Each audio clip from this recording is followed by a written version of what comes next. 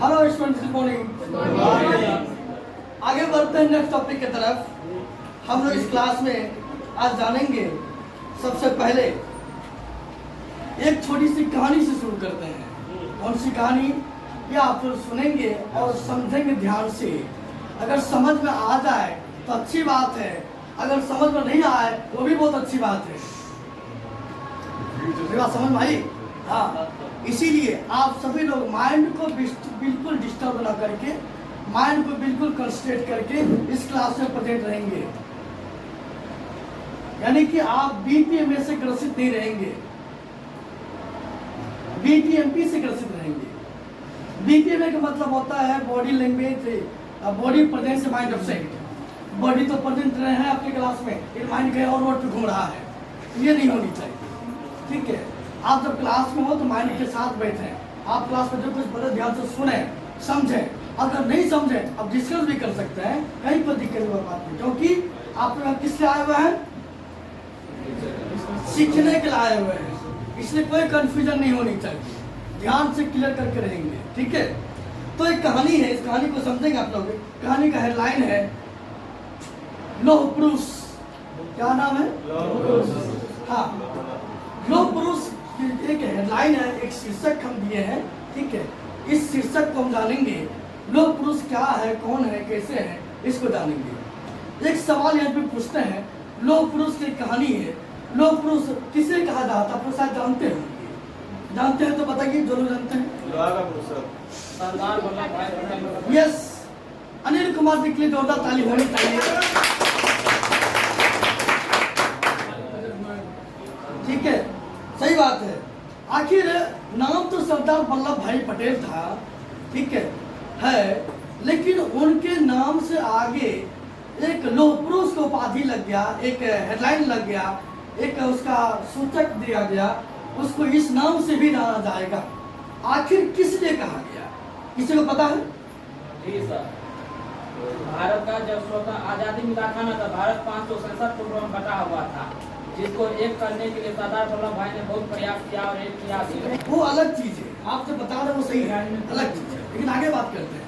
आखिर क्यों कहा गया और किसने उसका नाम रखा, ये हम समझेंगे इस कहानी से ध्यान से, ठीक है। तो आपको बता दूं, वो एक क्या थे, एडवोकेट भी थे, पता है ना, वो एक वकील भी थे, और उनका रिकॉर्ड बना हुआ था, इतिहास था कि जिस भी केस को हम लड़ेंगे वो कभी हम हारेंगे नहीं। क्या था? जिस भी केस को हम लड़ेंगे तो उसको हम हारेंगे नहीं, वो जी जान लगा देते थे उस केस को जीतने के लिए, ठीक है। तो उसी प्रकार से एक बार की बात है कि वो एक केस लड़ रहे थे, बहस चल रहा था, ठीक है। बहस में क्या होता है कि जज से बहस करते हैं, है ना, सवाल जवाब होता है और कैदी वगैरह सब रहते हैं ना, सबसे डिस्कस चलते रहता है, तो उससे फाइनल रिजल्ट आता है जो जीतता है कि नहीं। तो उसी प्रकार से एक दिन की बात है, वो एक केस लड़ रहे थे, बहस चल रहा था, लंबे समय से चल रहा था, सुबह से लेके, ठीक है, शाम होने वाला था। तो उनके घर से एक मैसेज आता है, उनका जो क्या कहते हैं स्टाफ होता है ना, वर्कर जो होते हैं घर में जो काम करने वाले, वो दौड़ते हुए आते हैं, पूरे पसीना पसीना होकर आते हैं, हड़बड़ में आते हैं, गिरते बजाते आते हैं। तो वो आके उनको कान में कहते हैं, आपकी बेटी का तबीयत बहुत खराब है। क्या है? तबीयत बहुत खराब है। तो उन्होंने सुना और फिर ठीक है तुम जाओ, हम आते हैं बाद में, ठीक है। वो फिर उसी कॉन्फिडेंस के साथ फिर से वो बहस करना शुरू कर दिए। क्या मेरी बात समझ में आ सभी को? किसी को दिक्कत समझने में? ओके, आगे फिर बात करते हैं। तो लगातार डिस्कस होते होते होते फिर कुछ देर हो गया, फिर से आता है वो उसी स्थिति में, हड़बड़ाते हुए, परेशान से परेशान, है कि नहीं। तो फिर वो आके कहते हैं, आपकी बेटी बहुत तबीयत खराब हो चुकी है, ठीक है, लगता नहीं क्या बचेगी। फिर बोलता है, अच्छा ठीक है तुम जाओ, फिर हम आते बात। वो तो भेज दिए, फिर से अपना उसी कुर्सी के साथ बहस करना शुरू कर दिए। फिर करते करते करते करते फिर जब शाम होने वाला था, तो फिर लास्ट में आता है, कहता है अब तो बहुत स्थिति गंभीर हो गया है, अब तो लगता नहीं बचेगा, ठीक है, अब बहुत मुश्किल हो गया है। तो उस मैसेज को इनकार करके ठीक है तुम तो हम आते हैं, ठीक है। इस तरह से दूसरा फॉर्मूला आया लगाया, ठीक है। तब लास्ट में फिर से आता है अंतिम चरण में, तब कहता है आके आपकी बेटी मर चुकी है, ठीक है। फिर भी उसको कहता है अच्छा ठीक है तुम घर तो हम बाद में आते हैं, ठीक है। तब फिर क्या हुआ, वो फिर चले गए। जाने के बाद फिर ये उसी कॉन्फिडेंस के साथ बहस करने लगे। फिर करते करते करते करते क्या हुआ, तो लास्ट में फिर अपने केस जीत जाते हैं, ठीक है। तब उसका मकसद था केस को हारना नहीं है, जीतना है किसी भी स्थिति और परिस्थिति में, ठीक है, चाहे किसी भी प्रकार के केस क्यों नहीं। तो वो जीत जाते हैं। और जब केस जजमेंट हो जाता है उसके पक्ष में, उनका जो होता है क्या कहते हैं, उनका जो पार्टी होते हैं उनका पार्टी जीत जाती है, उनका केस के जीत जाते हैं। सब लोग जोर जोर से ताली बजाते हैं, खुशी हंसी खुशी से, है कि नहीं। जो पार्टी जीतेगा खुशी मनाएगा ना, चलो मेरा वकील जीता, मेरा पार्टी जीता, है कि नहीं, जजमेंट हो गया। जब सब लोग जब जाने लगे और जाने क्रम में शब्द निकल रहे थे, तब सरदार वल्लभ भाई पटेल साहब जी उसी कटघरे में जाके उसी के नीचे बैठ के फूट फूट के रोने लगे। फूट फूट का मतलब समझता है, अपने बॉडी के अंदर जितना ताकत है, एनर्जी है, पूरे जोर से आवाज निकाल के रोना। कभी रोएंगे आप लोग भी? रोए हैं? रोएंगे, जरूर रोए होंगे, बचपन में जरूर रोए होंगे, अभी होश नहीं तो बचपन जरूर रोए होंगे।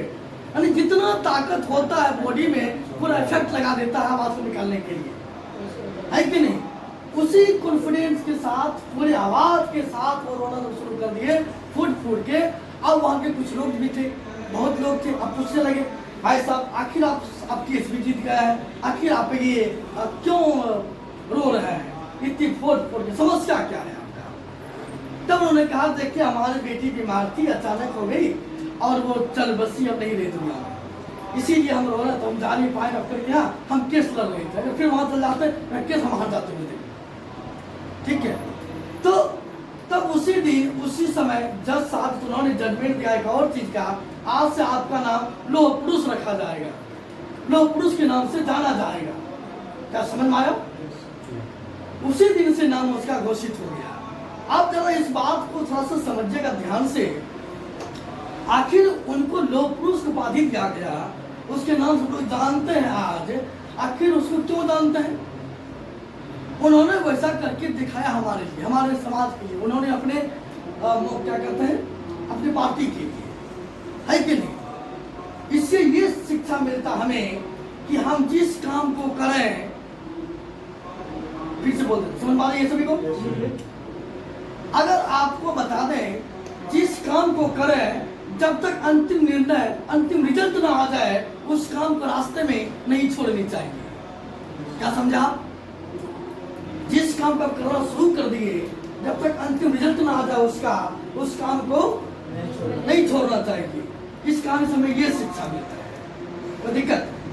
तो कहने मतलब यहाँ पे ये है, आप लोग की कहानी हम क्यों सुना है, अब इसको तर्क हम देते हैं, तो डिस्कस करते हैं थोड़ा सा, एक मिनट है, ठीक है। कि क्या कर रहे हैं आप? कुछ नहीं कर हो रहा है। चलिए आगे बात करते हैं यहाँ पे। हम आपको ये कहना चाह रहे हैं, आप जिस फील्ड में जाए, जरूरी नहीं कि आप टीचर ट्रेनिंग कर आप इसी कोर्स में आप किधर समझ जाए, नहीं। आप जिस फील्ड में जाए, जिस काम को करें, जब तक अंतिम निर्णय ना आ जाए, उस काम को छोड़ना नहीं है। अगर आप पढ़ने के लिए निश्चित कोर्स के लिए निकला है, जब तक कोर्स खत्म ना हो जाए और इस बीच में कितनी परिस्थिति आ जाए, आपको छोड़ना नहीं चाहिए।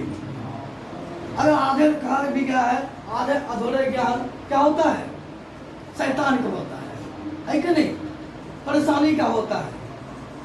इसीलिए आप जो भी कुछ सीखना था उसको अच्छी तरीके से, पूरी तरीके से 100% सीखने के प्रयास कीजिए उस चीज को, उसको छोड़ना नहीं है। उसी लाइक के उसी प्रकार से अगर आपको टीचर की क्लास आज पहली क्लास उपस्थित है, हम चाहेंगे जब तक हमारा क्लास चलेगा आप लोग अपना 2 घंटा 1.5 घंटा जो भी समय हम लेंगे संडे को, ठीक है, आपको समय देना चाहिए, ठीक है। अगर आप दे देते हैं, मेरा गारंटी है हमसे आप अच्छे वक्ता बन सकते हैं, हमसे अच्छा टीचिंग लाइन में जा सकते हैं, अच्छा टीचिंग कर सकते हैं। जरा समझ में आ रही है? तो इसी के साथ आपको इस टॉपिक को हम एंड करते हैं और जाते जाते और फिर से एक चीज कहना चाहेंगे। क्या सुनना चाहेंगे? अभी तो आगाज है, अंजाम भी होगा। अभी तो आगाज है, अंजाम भी होगा। अभी तो मंद मंद हवा बह रही दोस्तों। ये आगे आने वाले समय में देखना, ये हमारे राघोपुर नहीं, ये हमारा सुपौल डिस्ट्रिक्ट नहीं, ये हमारा बिहार नहीं, पूरे हिंदुस्तान में एसटीएस का ही तूफान हो